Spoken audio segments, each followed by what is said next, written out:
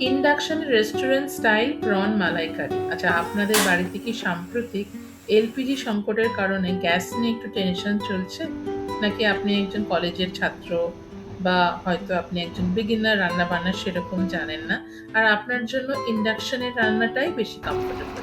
তাহলে আজকের রেসিপিটা একদম আপনার জন্য। আজ আমি বানাবো একটা প্রন মালাইকারি, যা ইন্ডাকশনে ভীষণ সহজে তৈরি হবে। আর এর স্বাদ হবে একদম রেস্টুরেন্ট স্টাইলের মতো।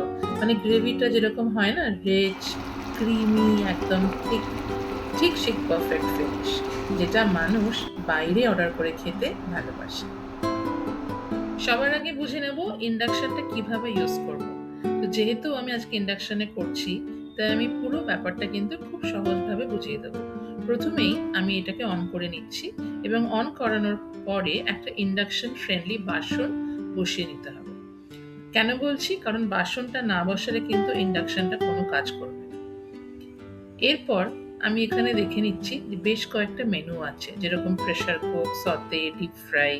তো আমি আজকে যা করছি সেটা আমি সতে এই প্রোগ্রামিং এর মাধ্যমেই করব। ইন্ডাকশনের সব থেকে বড় যেটা ইম্পর্টেন্ট জিনিস মাথায় রাখতে হবে সেটা হচ্ছে এর টেম্পারেচারটা। যেহেতু এটা খুব তাড়াতাড়ি গরম হয়ে যায়, যেহেতু এটা একটা ইলেকট্রিক্যাল অ্যাপ্লায়েন্স, খুব তাড়াতাড়ি গরম হয়ে যাবে, ওই জন্য বারে বারে টেম্পারেচারটা একটু কন্ট্রোল করতে হবে। ব্যাস, ওটা কন্ট্রোল করতে পারলেই কিন্তু আর কোনো অসুবিধে নেই।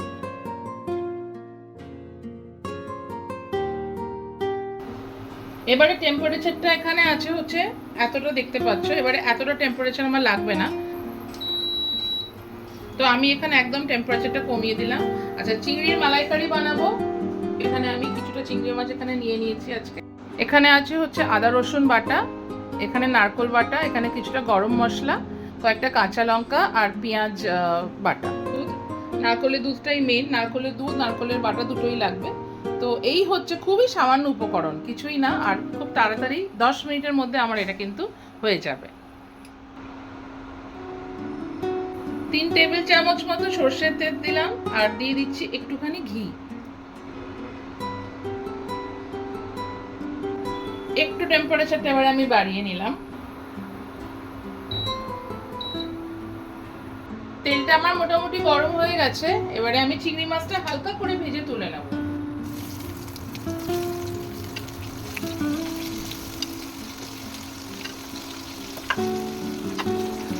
আমাদের মধ্যে একটা ধারণা আছে সবার মধ্যেই যে ইন্ডাকশন মানে একটু দুধ গরম আর হালকা কিছু বানিয়ে নেব, কিন্তু সত্যি কথা বলতে কি, ইন্ডাকশন কিন্তু সব ধরনের রান্নাই করা যায়।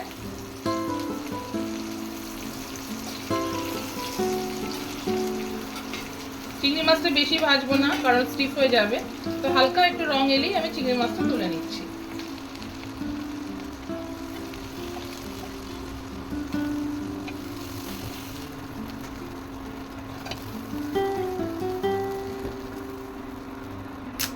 দিয়ে দিচ্ছি একটা তেজপাতা, আর এখানে দিয়ে দিচ্ছি এবার একটু গোটা গরম মশলা।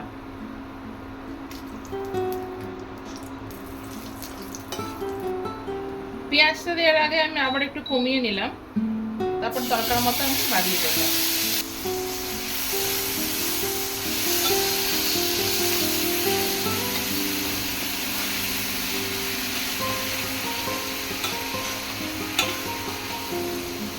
মোটামুটি ভাজা হয়ে গেছে, দিয়ে দিচ্ছি আদা রসুনের পেস্টটা।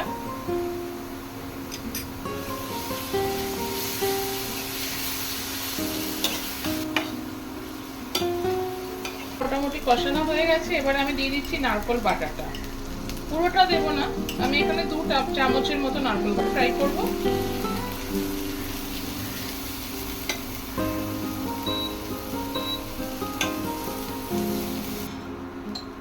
দিয়ে দিচ্ছি কাশ্মীরি লাল লঙ্কা,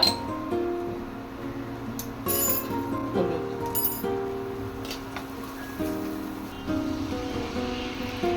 ইন্ডাকশনের ব্যবহারের আরেকটা জিনিস যেটা মাথায় রাখতে হবে সেটা হচ্ছে তেলটা ছিটকলে চেষ্টা করবে যে সঙ্গে সঙ্গে জিনিসটা মুছে দিতে, আর জলটা না লাগাতে, তাহলে কিন্তু ইন্ডাকশন অনেকদিন ভালোভাবে চলবে।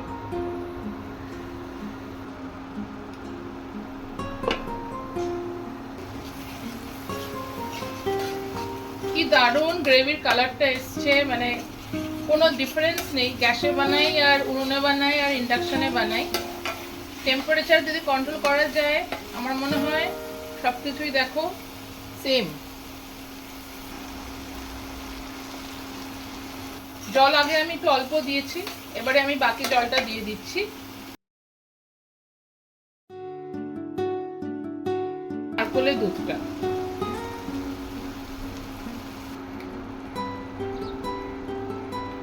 টেম্পারেচারটা কমানো আছে।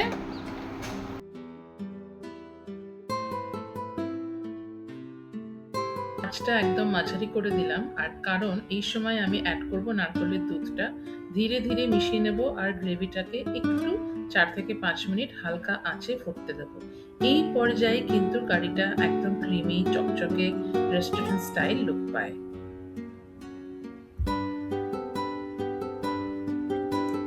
ফাইনালি অ্যাড করে দিচ্ছি একটু চিনি, আর তারপরে অ্যাড করছি একটু গরম মশলা। মোটামুটি আমার প্রন মালাইকারি কিন্তু রেডি। বাট এবারে কিছু কুইক টিপস দেব যাতে আপনার কারি প্রতিবার একদম পারফেক্ট হয়। প্রথমত, কখনোই চিংড়ি মাছ বেশিক্ষণ সময় ধরে রান্না করবেন না, কারণ এটা যেই এগুলো মানে গোলাপি মতো একটু হয়ে যাবে আর নরম দেখাবে, সঙ্গে সঙ্গে কিন্তু রান্না বন্ধ করে দেবে। আর দ্বিতীয়ত, যদি গ্রেভিটা পাতলা মনে হয় তাহলে একটু কম আছে বেশি সময় ধরে সিমার করুন, এতে কিন্তু ঝোলের ঘনত্ব নিজে থেকেই বেড়ে যাবে। আর তৃতীয়ত, যেহেতু আজকে আমরা ইন্ডাকশনে করছি, হিট কন্ট্রোলটা ভীষণ গুরুত্বপূর্ণ। প্রথমে মাঝারি আঁচ, তারপরে কম আঁচ ব্যবহার করুন যাতে মশলাটা পুড়ে না যায়। আর চতুর্থ, যদি আপনি কলেজের ছাত্রছাত্রী হন বা গ্যাস ব্যবহার করতে কমফোর্টেবল না হন, তাহলে এই রেসিপি আপনার জন্য একদম আদর্শ, কারণ ধাপগুলো ভীষণ সহজ। মানে কি বলবো, এত সুন্দর মানে রিচ গ্রেভি টেক্সচার। তোমরা যদি এটা বানাও এইভাবে যেভাবে আমি বললাম, আমি সত্যি বলছি মানে সবকিছু ফেল হয়ে যাবে। অসাধারণ অসাধারণ। আর সেটাও কেন আজকে স্পেশাল লাগছে, কারণ আমি আজকে বানালাম হচ্ছে ইন্ডাকশনে। যাই হোক, তো আমার চিংড়ি মাছের মালাইকারি কিন্তু রেডি, তোমরা দেখতেই পাচ্ছ। আর অবশ্যই রেসিপিটা যদি ভালো লাগে প্লিজ শেয়ার করে দিও কারোর সাথে, কারণ এখন সত্যি অনেকে হয়তো ইলেকট্রিক কুকওয়্যারে শিফট করবে বা করতে হবে, যারা একটা ক্রাইসিসের মধ্যে দিয়ে যাচ্ছ। আর যে যেখানে আছো খুব ভালো থেকো। আশা করছি সবারই যাতে কোনো চ্যালেঞ্জ বা অসুবিধার মধ্যে না পড়তে হয়। আর এরকম ধরনের ফ্রেন্ডলি রেসিপি, ইজি রেসিপি দেখতে চাইলে আমার চ্যানেল বা পেজটাকে কিন্তু অতি অবশ্যই ফলো করে দিও। চলো আজকের মতো আসি, টাটা। আর আমার রান্না শেষ।